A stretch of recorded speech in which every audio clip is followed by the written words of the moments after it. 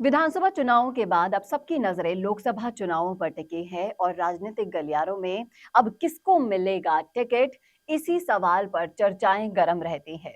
BJP हो या कांग्रेस हो, दोनों एडी से चोटी तक का जोर लगाएगी अब विधानसभा के बाद लोकसभा में अपना लक आजमाने के लिए, और दोनों तरफ से तैयारियां भी शुरू हो गई है। आज हम इस वीडियो में बात करेंगे टोंक सवाई माधोपुर सीट की, जो कि बहुत ही हॉट सीट मानी जाती है राजस्थान की।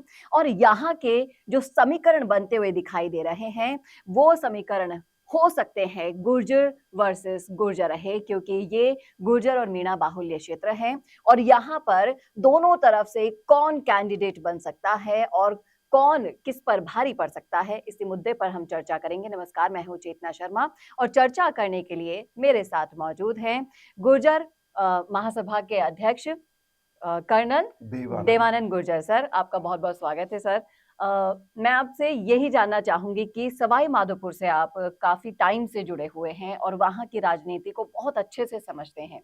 अब जब पार्टियों की बात आती है, टिकट देने की बात आती है, तो आप जातिगत समीकरण को कभी भी साइड में उठा के तो नहीं रख सकते, स्पेशली जब राजस्थान की बात आती है।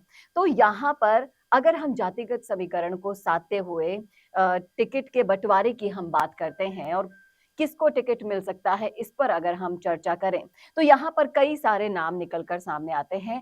टोंक सवाई माधोपुर से गुर्जर समाज के पायलट भी आते हैं, तो विजय बैंसला भी आते हैं। टोंक सवाई माधोपुर से किरोड़ी लाल मीणा ने भी जीत दर्ज की और उधर सुखबीर सिंह जौनपुरिया भी हैं। तो इतने सारे नाम हैं। अब कौन इस जो लोकसभा की जो सीट है, इस पर कौन आपको लगता है कि खरा उतर सकता है और पार्टी को जीत दिला सकता है?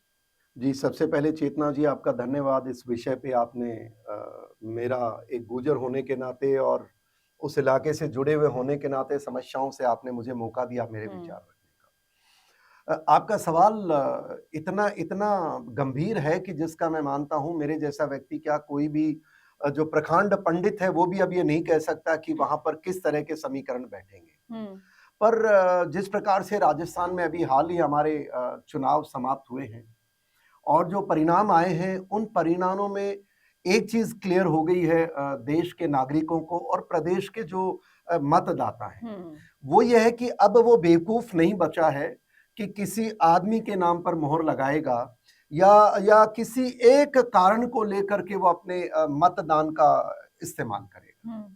और देखिए किस प्रकार से गहलोत जी द्वारा कांग्रेस पार्टी का अगर मैं कहूं उन्होंने किस प्रकार रेवड़ियां बांटी थी, किस प्रकार उन्होंने हरकतें की जो जो मैं मानता हूं ठीक है। वो जब पावर में होते हैं तो सरकार को तो कोई बोल नहीं सकता ना, वो अपने आप को पावरफुल समझते हैं। पर नागरिकों ने, मतदाताओं ने और कांग्रेस को और मेरे ख्याल से हर राजनीतिक व्यक्ति को एक आईना दिखाया है कि हम आपकी चिकनी चुपड़ी बातों में नहीं आने वाले हैं। स्पेशली जो युवा है ना मतदाता और इवन इवन जो हमारी उम्र के भी हैं जो सीनियर सिटीजन कैटेगरी, वो भी समझते हैं कि अब जमाना बदल चुका है। पहली बात तो ये जो इस तरह के मूल्यांकन yes we have to do करते भी रहना चाहिए जिससे कि लोगों तक बातें पहुंचे।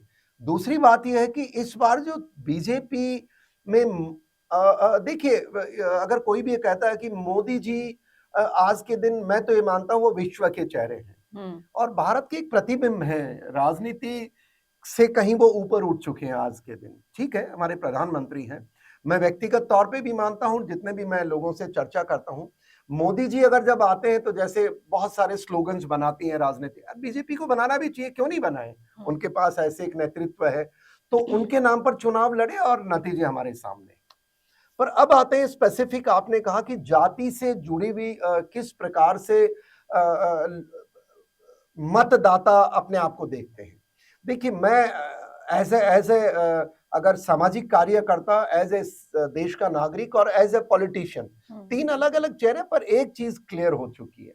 ये एक तरह से झूठा हम नैरेटिव चलाने की कोशिश करते हैं। एक अपने आप को वो कहते हैं ना कि जब जब वो कबूतर पे बिल्ली झपट्टा मारती है, कबूतर आंख बंद करके कहता मेरे को बिल्ली नहीं मार सकती, वो बातें अब नहीं चल सकती।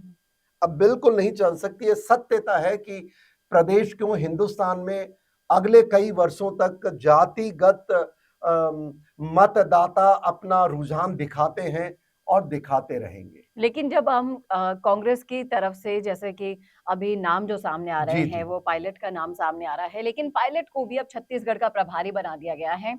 तो कहीं न कहीं वोटर्स के दिमाग में तो ये बात आएगी ही आएगी कि देखिए, क्या वो काम कर पाएँगे राजस्थान में फिर? मैं इस सवाल को एक गुर्जर होने के नाते मैं नहीं एड्रेस करना चाहूँगा। हुँ, क्योंकि उसमें क्या होगा फिर मेरी एक तरह आप पायलट साहब के खिलाफ मुझसे मैं वो बोलना नहीं चाहूँगा जो ज़मीनी धरातल पे सच्चाई है। पर एक सामाजिक कार्य करना होने के नाते, एक एनालिस्ट होने के नाते मैं ये बताना आपने नाम लिया कि कांग्रेस सवाई माधोपुर में जो आप बताना चाह रहे हैं कि सचिन पायलट साहब को चुनाव लड़वाएँगे। मैं ये मानता हूँ वो चुनाव नहीं लड़ सकते वहां से। अब क्यों नहीं लड़ सकते उनसे पूछ लेना। जब चुनाव की घोषणा हो जाए और चुनाव के नाम हो जाए तब हम फिर चर्चा करेंगे। कांग्रेस चाहे सो नैरेटिव चलाए, सचिन पायलट जी सवाई माधोपुर से एमपी का चुनाव कभी नहीं लड़ेंगे, ऐसा मेरा मानना है। क्यों मानना है मैं उस पर चर्चा बस इतना ही कह सकता हूं, क्योंकि देखिए चुनाव राजनीतिक व्यक्ति बहुत वीक होता है जी। एक ही व्यक्ति मजबूत होता है वो सामाजिक व्यक्ति, क्योंकि वो मुद्दे के लिए काम करता है, वो अपने स्वार्थ के लिए।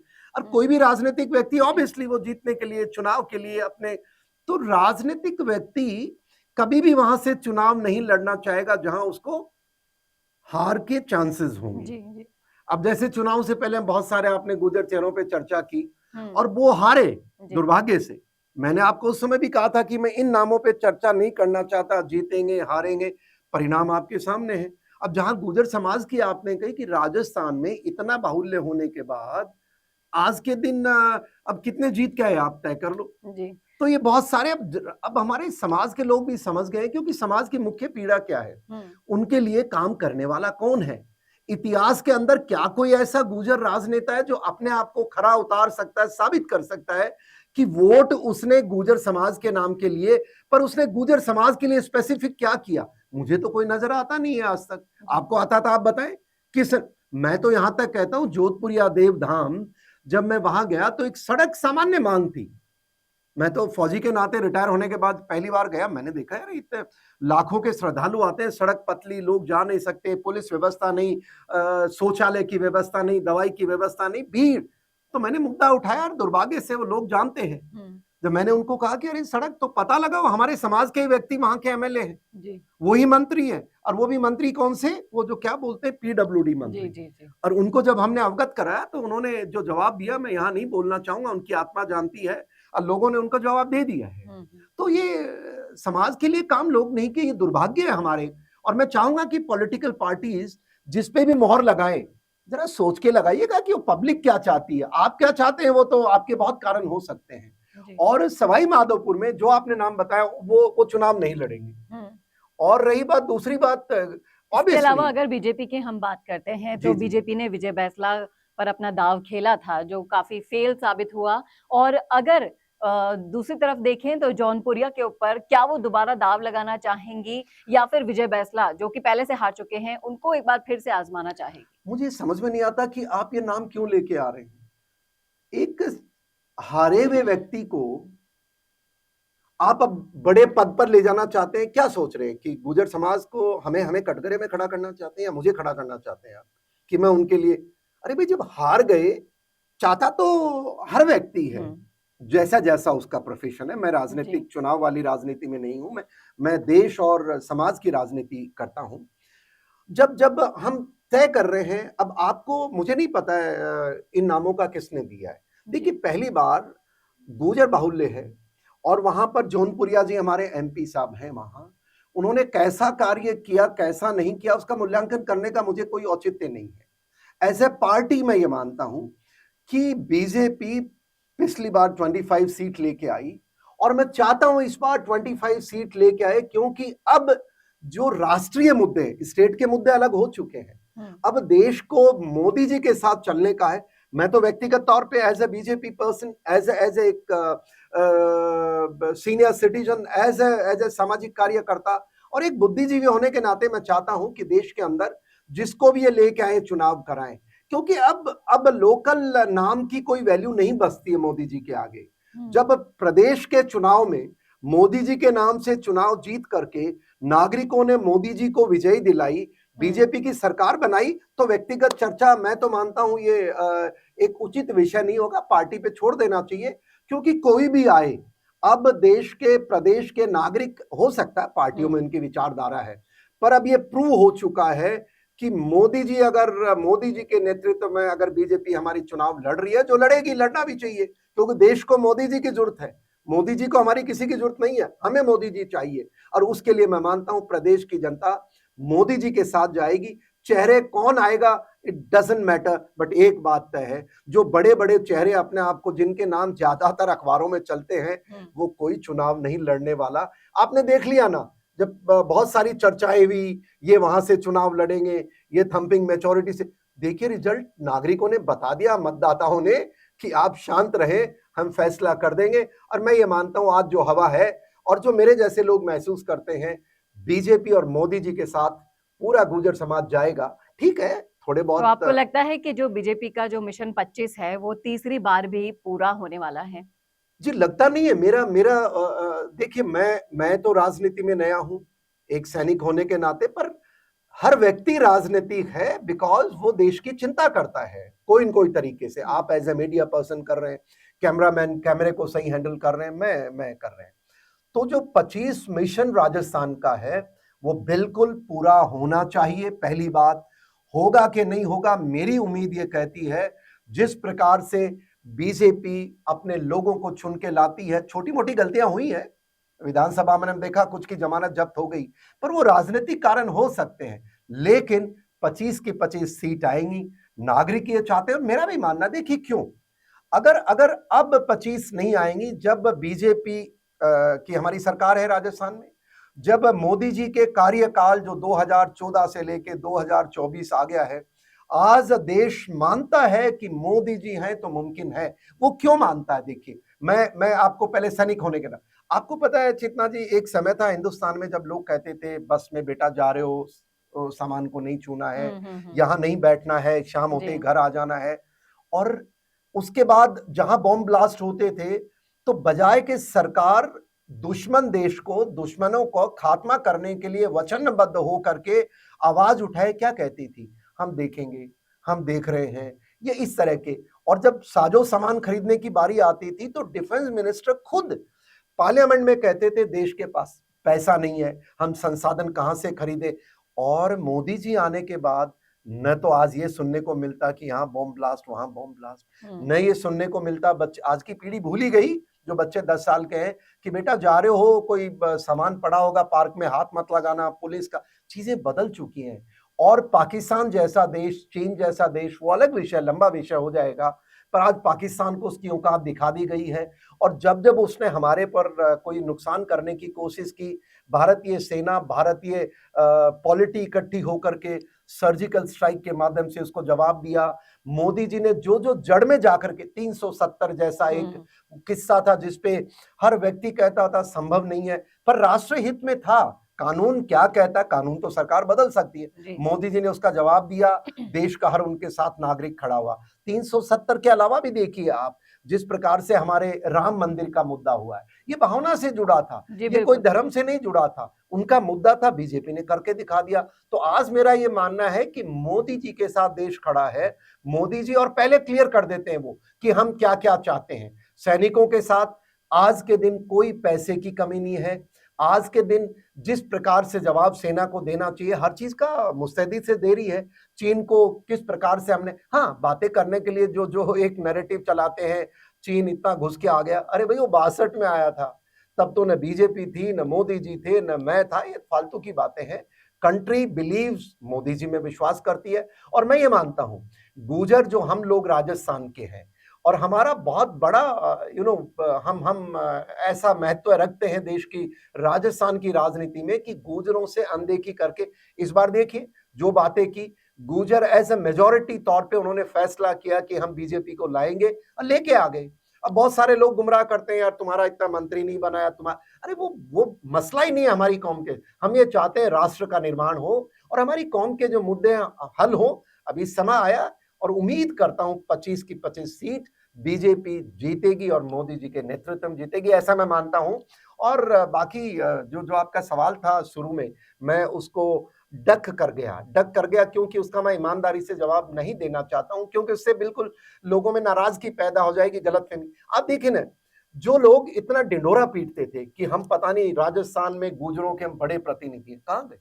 नागरिकों ने तो अस्वीकार कर दिया ना उनको। तो जवाब वोट के बाद मिलता है। जी बिल्कुल, और आपने ये सही कहा कि जब प्रदेश की राजनीति में ही केंद्र के मुद्दे छाए रहे, तो अब तो केंद्र की बारी है। केंद्र की बारी। और इस जो मोदी लहर की जो आपने बताई, चर्चा करी अभी पूरे आपने अपने वक्तव्य में, तो वो साफ साफ दिखाई दे रहा है कि ये कांग्रेस के लिए भी बहुत बड़ी चुनौती होगा कि अगर वो किसी को उतारते भी हैं अपने कैंडिडेट के रूप में, तो बहुत सोच समझ के उतारना होगा, क्योंकि हो सकता है कि मोदी लहर में अच्छे से, जिस तरह से पिछले 2 बार सुपड़ा साफ हुआ, तो यहाँ पर भी वही स्थितियां दिखाई दे रही हैं।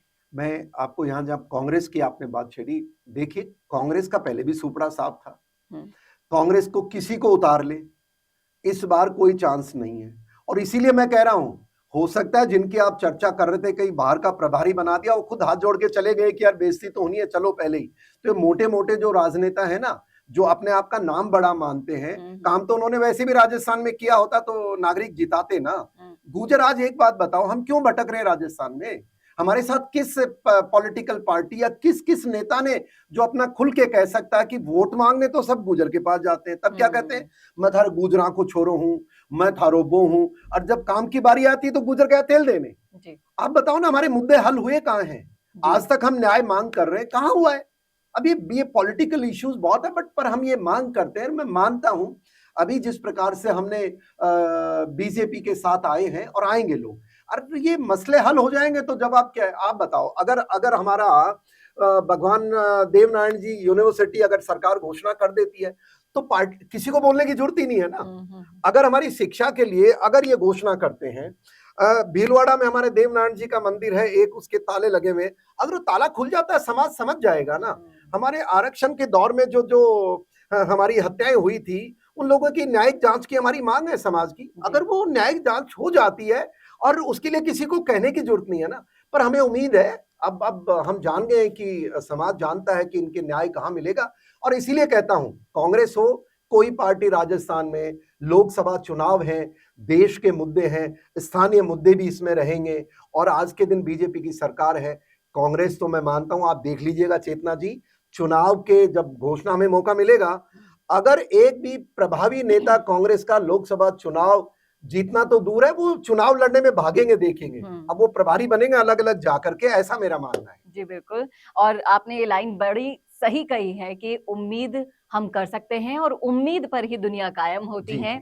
और जिस तरह से जो भी सरकार इस कौम के या फिर सभी कौम के मुद्दे हल करेगी, तो देश के हित में और समाज के हित में, और तो उन्हें वोट देना तो बनता ही है। लेकिन क्या होगा क्या नहीं, ये तो आने वाला वक्त बताएगा। लेकिन आप जरूर बता सकते हैं, आपने देखा ये पूरा वीडियो, इस मुद्दे पर आपकी क्या राय है जरूर रखिएगा कमेंट बॉक्स में, और इस वीडियो को ज्यादा से ज्यादा शेयर करना ना भूलिएगा। सर, आपका बहुत बहुत शुक्रिया हमसे जुड़ने के लिए, और आपका भी बहुत बहुत धन्यवाद राजस्थान संवाद देखने के लिए। नमस्कार। अब आपको मिल सकती है लाइव चैनल में काम करते हुए पत्रकारिता की डिग्री।